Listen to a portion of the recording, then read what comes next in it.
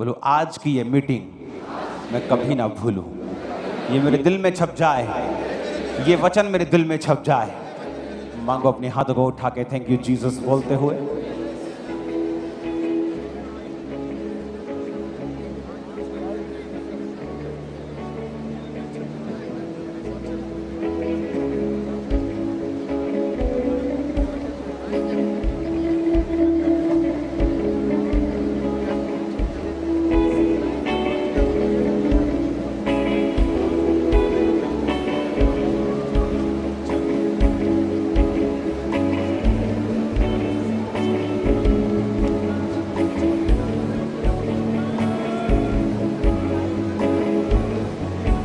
प्रभु यीशु मसीह के सामर्थी नाम में हम मांगते हैं। Hallelujah, hallelujah. बाइबल कहती है जीसस ने, यहोवा पिता ने कहा उजाला हो जाए तो उजाला,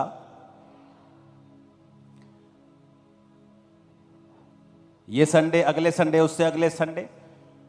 हालांकि अगले संडे के बाद फिर इंग्लैंड में मैं जा रहा हूँ सिर्फ 3 दिन के लिए। संडे कोई मिस नहीं होगा। इस थर्सडे भी मैं यहाँ पे हूँ, कुछ भी मिस नहीं होगा।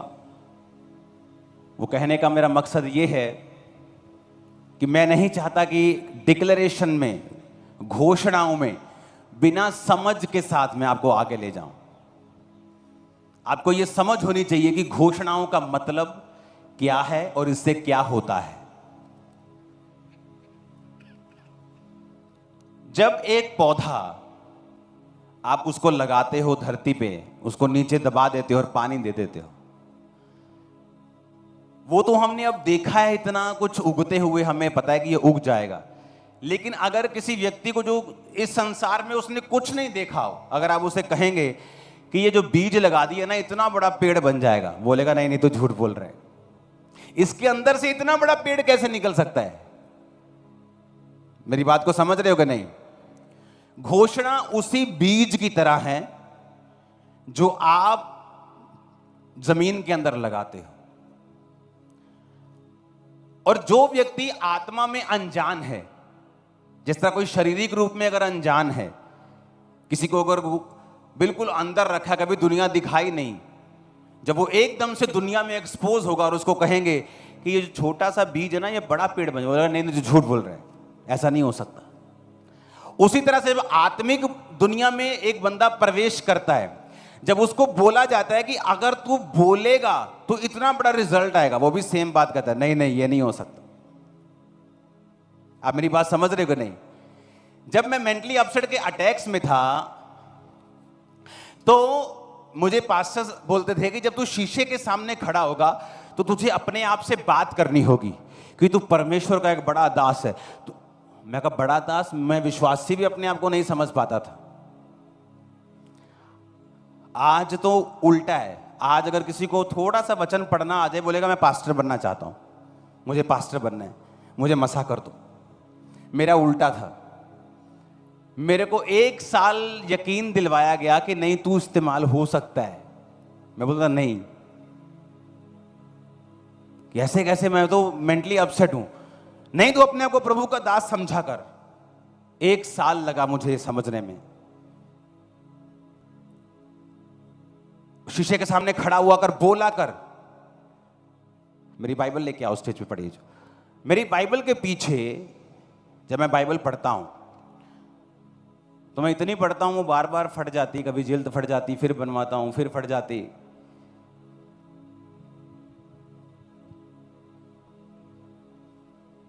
ये देखो, ये पीछे प्रेयर पॉइंट्स लिखे हैं, जूम मत करना, अच्छा कॉपी कर ले।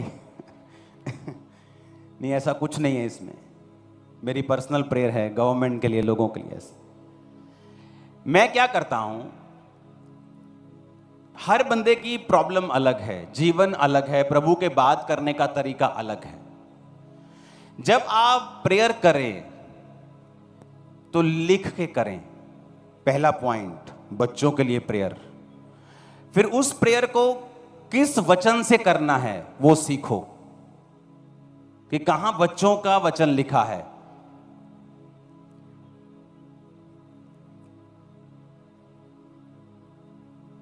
वह कौन है जो यहोवा का भय मानता है? यहोवा उसको उसी मार्ग पर जिससे वो प्रसन्न होता है चलाएगा।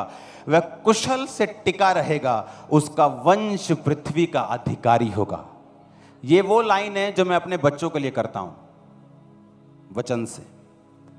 हीलिंग के लिए भजन संहिता 91, भजन संहिता 103, नीति वचन 3, ये मेरे लिखे हुए हैं। तो मैं लिख के प्रार्थना करता हूं, एक एक पॉइंट लिखता हूं, वो पॉइंट के लिए वचन निकालता हूं, वचन बोलकर प्रार्थना करता हूं, फिर पॉइंट खत्म होता है, अगला पॉइंट, अगला पॉइंट। अगर आप इस तरह से प्रार्थना करेंगे, आप नोटिस करेंगे थोड़े महीने के अंदर जितने पॉइंट्स आपने लिखे हैं वो कंप्लीट हो चुके हैं।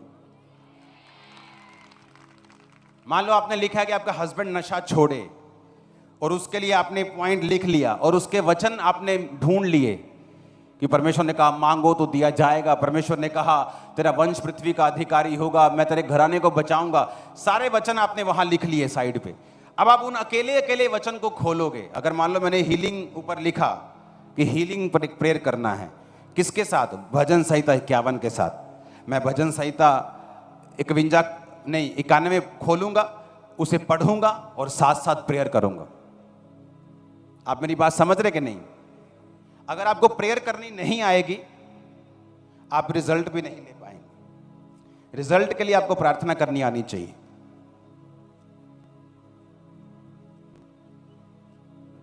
अब मैंने भजन संहिता 91 खोल लिया। अब उसमें लिखा है 5 में, तू न रात के भय से डरेगा, ना उस तीर से जो दिन को उड़ता है। ये तीर बीमारी भी हो सकती है, एक्सीडेंट भी हो सकता है। आप मेरी बात समझ रहे कि नहीं? 3 आयत में लिखा, वह तुझे बहेलिए के जाल से और महामारी से बचाएगा। फिर 6 आयत पढ़ूंगा, तू ना उस मरी से जो अंधेरे में फैलती है, ना उस महारोग से जो दिन दोपहरी में उजाड़ता है। इसका मतलब महारोग कौन सा? कौन से महारोग? Cancer, AIDS, psoriasis, brain tumour, heart attack, kidney failure. और अगर आपको मालूम होगा कि एक वचन है जो आपको सपोर्ट करता है कि कोई भी महारोग तेरा हिस्सा नहीं होगा, और अगर आप इस वचन को बार बार क्लेम करेंगे तो परमेश्वर उस वचन को आपकी लाइफ में पूरा करेगा। पर अगर आप चुप हैं, शांत हैं, तो शैतान उस समय आप पर अटैक करेगा जब आप बिल्कुल आत्मा में सोए हुए होंगे। और फिर आप कहेंगे, हो मुझे ये कैसे हो सकती है? ये बड़ा रोग मुझे कैसे हो सकता है? मैं तो क्रिश्चियन हूं। क्रिश्चियन बिना हथियार के किसी काम का नहीं, और हमारा हथियार तलवार नहीं, हमारा हथियार क्या है? परमेश्वर का वचन। अब घोषणाएं आप क्यों नहीं करते? यशाया 60 में लिखा है, ये मेरा प्रेयर पॉइंट है। आज मैं आपको बता रहा हूं, खामरा चर्च का अब तक का, जब से चर्च शुरू हुई है, सबसे बड़ा संडे है आज। अगर आप देखेंगे सब तरफ, तो आप देखेंगे अगर सब तरफ सबसे बड़ा संडे है। क्यों? ऐसा क्या हो गया? विरोध इस बात की निशानी है कि शैतान को तकलीफ हो रही और आप बढ़ रहे हो। और जीसस ने कहा, जब लोग तेरे बारे में बुरी बातें बोलें, झूठ बोलें, तेरा विरोध करें, तो दुखी ना होना, क्या करना? आनंद मनाना, क्योंकि जो तुमसे पहले भविष्यद्वक्ता असली वाले थे उनका भी उन्होंने विरोध किया था। और कहता आनंद मनाना, क्योंकि स्वर्ग में तुम्हारे लिए बड़ा फल है। हालेलुया। तो ये बात आपको समझनी पड़ेगी कि मुझे घोषणा करनी है, उससे पहले घोषणा क्यों करनी है, इसका मकसद क्या है? क्या जब मुझे विश्वास हो तभी मैं मुंह से बोलूं, या अगर मेरे मन में इतना विश्वास नहीं है तो मैं मुंह से बोलूंगा, क्या वो पूरी होगी? मैं आपको बताता हूं। आप 2 बीज ले लो अपने हाथों में, वैसे ही इमेजिन करो कि आपके हाथ में 2 बीज हैं। हाँ, एक आपने उस बंदे को दे दिया जो कभी दुनिया के साथ पाला नहीं पड़ा, और आपने कहा इस बीज को धरती के बीच में लगा दे, मैं भी तेरे साथ लगाऊंगा और हम दोनों सेम पानी देंगे, सेम जगह पे लगाएंगे, दोनों का फल।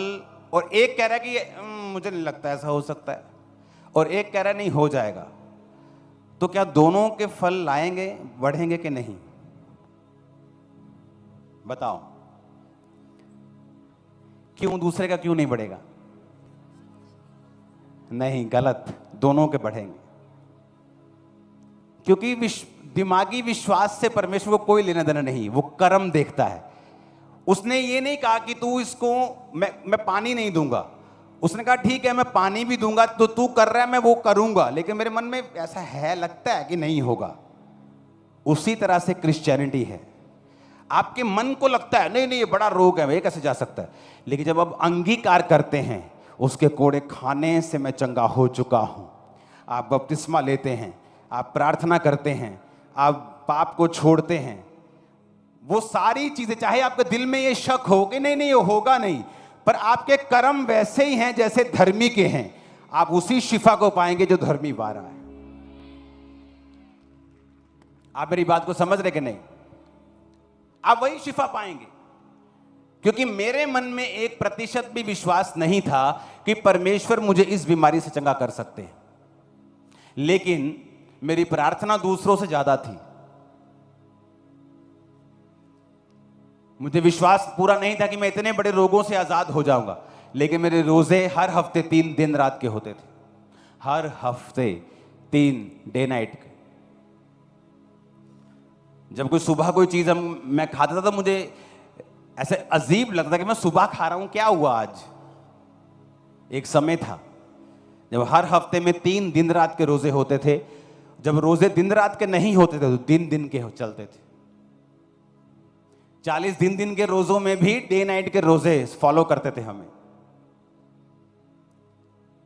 चाहे मेरे दिल में ऐसा था कि पता नहीं ये काम होगा कि नहीं होगा, लेकिन मेरे कर्म वैसे ही थे जैसे धर्मी के होने चाहिए। आप मेरी बात समझ रहे कि नहीं? जब आप घोषणा करनी शुरू करेंगे,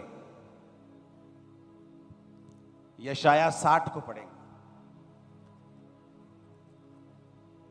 उठ प्रकाशमान हो क्योंकि तेरा प्रकाश आ गया है और यहोवा का तेज तेरे ऊपर उदय हुआ है। देख पृथ्वी पर अंधियारा, राज्य राज्य के लोगों पर घोर अंधकार छाया हुआ है, परंतु यहोवा तेरे ऊपर उदय होगा और उसका तेज तुझ पर प्रकट होगा। जाति जाति तेरे पास प्रकाश के लिए और राजा तेरे आरोहण के प्रताप की ओर आएंगे। ये वचन मैं अपने लिए घोषणा करता हूं रोज, यह मेरी पर्सनल प्रेयर में है। उठ प्रकाशमान हो क्योंकि तेरा प्रकाश आ गया है। आप इसको अब घोषणा करना शुरू करो जब आप कुछ भी नहीं हो। जल्दी आप चमकने लगोगे क्योंकि वचन आपकी लाइफ के ऊपर पूरा होगा। इसलिए कि वो संडे जहां हम डिक्लेरेशंस करेंगे रोज कंप्लीट, उससे पहले हम डिक्लेरेशन क्यों करेंगे? क्या मेरे मन में अगर विश्वास कंप्लीट नहीं है तो क्या घोषणा करने से मुझे फायदा होगा? वो मैंने आपको बता दिया, होगा कि नहीं होगा। अगर आप फास्टिंग में हैं, प्रेयर में हैं, आपका कर्म कहीं कम नहीं होना चाहिए। एक है विश्वास कम हो रहा है तो चर्च भी जाना बंद कर दिया, कभी कभी जाते बड़ी मीटिंग, फिर काम नहीं होगा। एक है विश्वास शैतान अटैक कर रहा है लेकिन चर्च जाना बंद नहीं किया, फास्टिंग बंद नहीं किया, प्रेयर कम नहीं की, परमेश्वर के साथ प्यार कम नहीं किया, पाप में नहीं गिरे। आप घोषणा करेंगे, खुदाबंद काम करेगा। आमीन ऊंचे वाला चाहिए। मैंने कहा आप घोषणा करेंगे तो प्रभु क्या करेगा? काम करेगा। अगर आप घोषणा करेंगे वो काम करेगा। अब हमें यह मालूम होना चाहिए कि हमें घोषणा किस तरीके के साथ करनी है। घोषणा करने के लिए बपतिस्मा होना चाहिए, आपका तौबा होनी चाहिए, आप बपतिस्मा होना चाहिए कि आप प्रभु के जिस वचन की घोषणा कर रहे हैं आप उसके राज्य के अंदर होने चाहिए। बाहर रहकर अमेरिका के आप ग्रीन कार्ड नहीं बनवा सकते। अमेरिका की सहूलत लेनी है, अमेरिका के अंदर जाना पड़ेगा। जीसस के राज्य की सहूलत लेनी है तो जीसस के राज्य के अंदर आना पड़ेगा। और जीसस ने कहा जब तक तुम जल और आत्मा से नहीं जन्मोगे मेरे राज्य में प्रवेश नहीं कर सकते। आमीन। आपको उसके राज्य में प्रवेश करना है जल से जन्मो, बपतिस्मा लो, आत्मा से जन्मो, पवित्र आत्मा को पाओ, आत्मा से चलो, चोरियां चकारियां कुंडियां लगाना छोड़ दो, बिजली चोरी छोड़ दो जो काम सही नहीं। हालेलुया।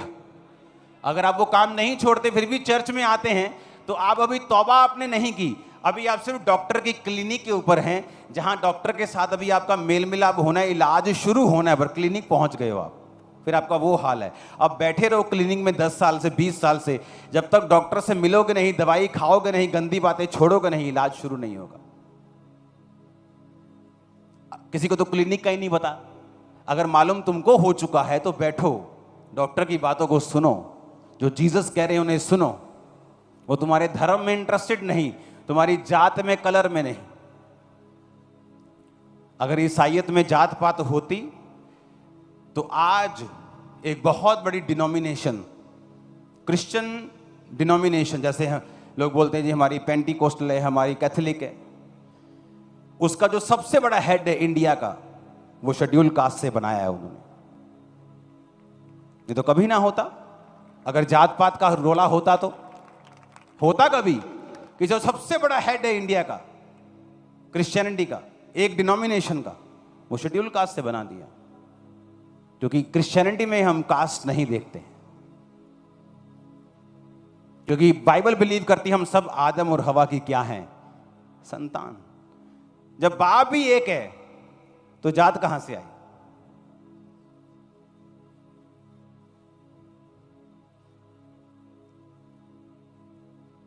हालेलुया।